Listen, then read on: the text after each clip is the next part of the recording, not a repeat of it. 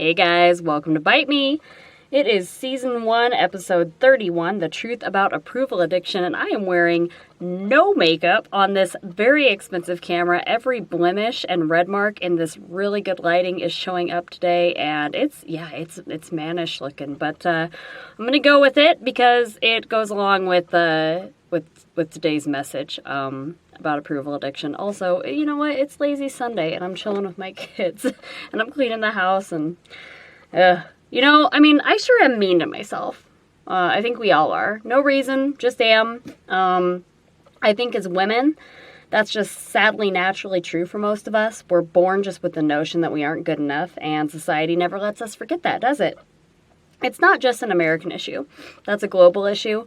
I'm not one to censor myself based on others' opinions, even when it's at my own expense. However, I'm not immune to the subconscious paranoia that is caring what other people think. And I wanted to utilize this episode to dig a bit deeper into that, especially as of recent when me and my creator friends are really struggling to stay on TikTok with its current stringent parameters. We get a lot of mean shit gets said to us, you guys. And you can have as thick skin as you want and let it roll off your back like water off a duck. But, we're at the end of the day, we're still human. So sometimes it weighs a little heavy on the soul. But getting into it here, a few years ago, as I have mentioned in previous videos and podcasts, my son and I got into a very publicly broadcasted dispute. We're not going to dig any deeper into it than that because we've already discussed it, and frankly, I don't think I need to explain myself over and over again. Even if I did, people are bored of it. And I also don't always owe everybody an explanation, nor do you.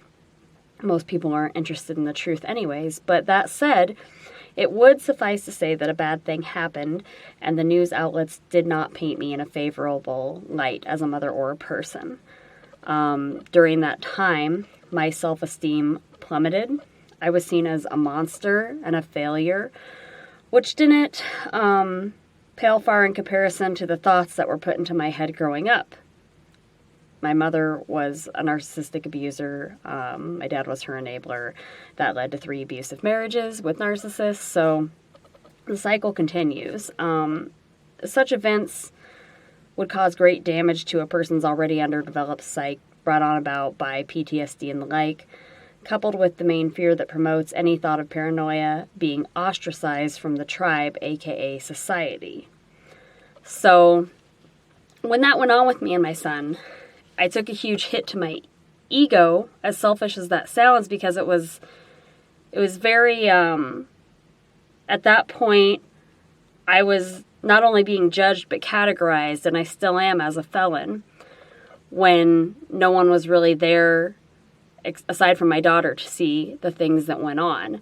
So, as a human, we want to be a part of something, and when that happened, and I was cast aside, you do sort of tend to have these sort of suicidal thoughts. Maybe not all of us, but we weren't meant to be alone, So, you have small things caring about what people think, like not wearing any makeup, or what someone said to you on TikTok, or a mistake that you made that everybody is judging you on based off of that one thing. There's different levels to it. But in talking about approval addiction, that's what we're trying to tackle here today. So most of us know about Maslow's hierarchy of needs: water, air, sleep, clothing, safety, food, and shelter. Those are the most basic things one human would need to simply survive. Psychologically, as we're also social creatures by nature, there's another set of 6 basic human needs, which are certainty, variety, significance, human connection, contribution, and growth, for without which we are left feeling empty. There's a void there. And that's a concept that was founded by Tony Robbins, who's not Maslow, so we're going to take what he says with a grain of salt, because the man also takes cold showers, and he doesn't eat any sweets, but I digress. Let's be honest, though, it makes sense. We weren't meant to roam the earth just in solitude, and that's why there's so many of us. Just think about that for a moment while we take a quick break. All right, guys, welcome back to Bite Me on Season 1, Episode 31. We're talking about the truth about approval addiction today. Left on the note that as creatures who roam the earth, in a societal measure, we aren't meant to necessarily be alone. We can't, I mean, I know that people love to say that you can live off the grid, but really and truly, when it comes right down to it, we're pack animals, okay? So when you have pangs of discontent at the notion that someone may have thought ill of us, it is because we feel shame, guilt, embarrassment. These are things that Brene Brown talks about. If you guys don't know who Brene Brown is, Brene with a BR, it's like Renee, but Brene, please Google her, because you won't regret it. She talks a lot about women and shame and guilt.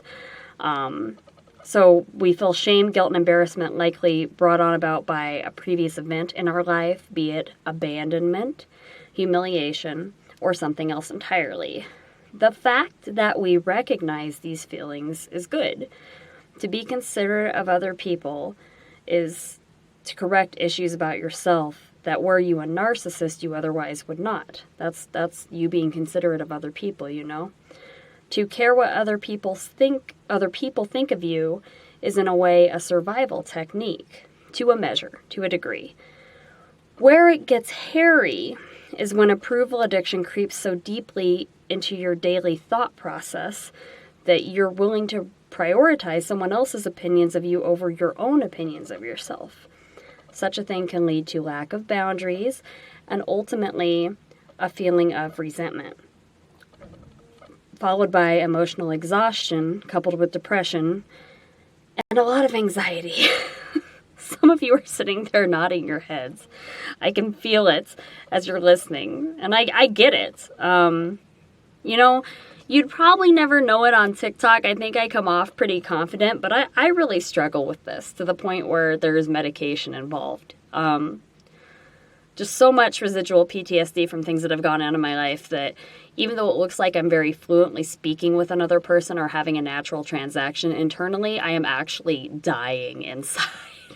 But you're supposed to run to it. You got to run to the anxiety. I think we talked about that in a previous episode.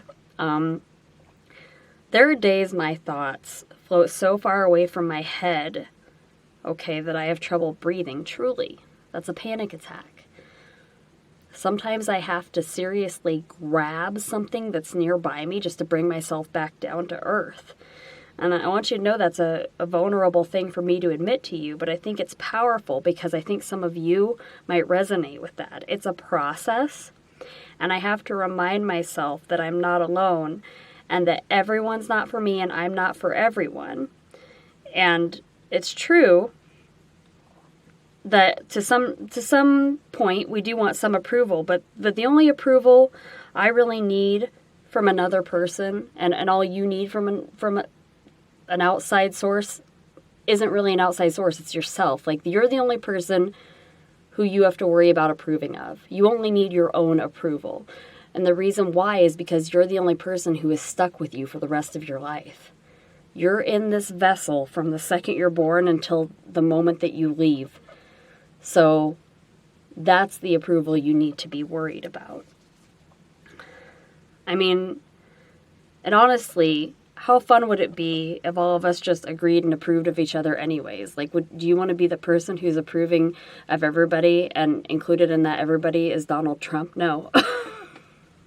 So accept the fact that you're not for everybody and everybody's not for you, because we're it that way. No. I don't want to think about it.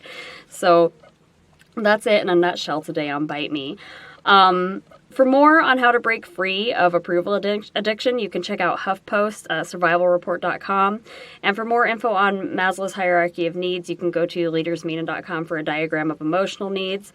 And there's also a great article about approval addiction on tinybuddha.com. As I referenced before, be sure to look up Brene Brown. Check me out on the Truthful Groomer website. We're still over there. There's a link tree in my bio on TikTok for as long as I remain on TikTok. Some of me and the other creators are very strongly waiting for YouTube Shorts. And as always, follow me on Twitter and Insta. I love you guys. We'll see you next time.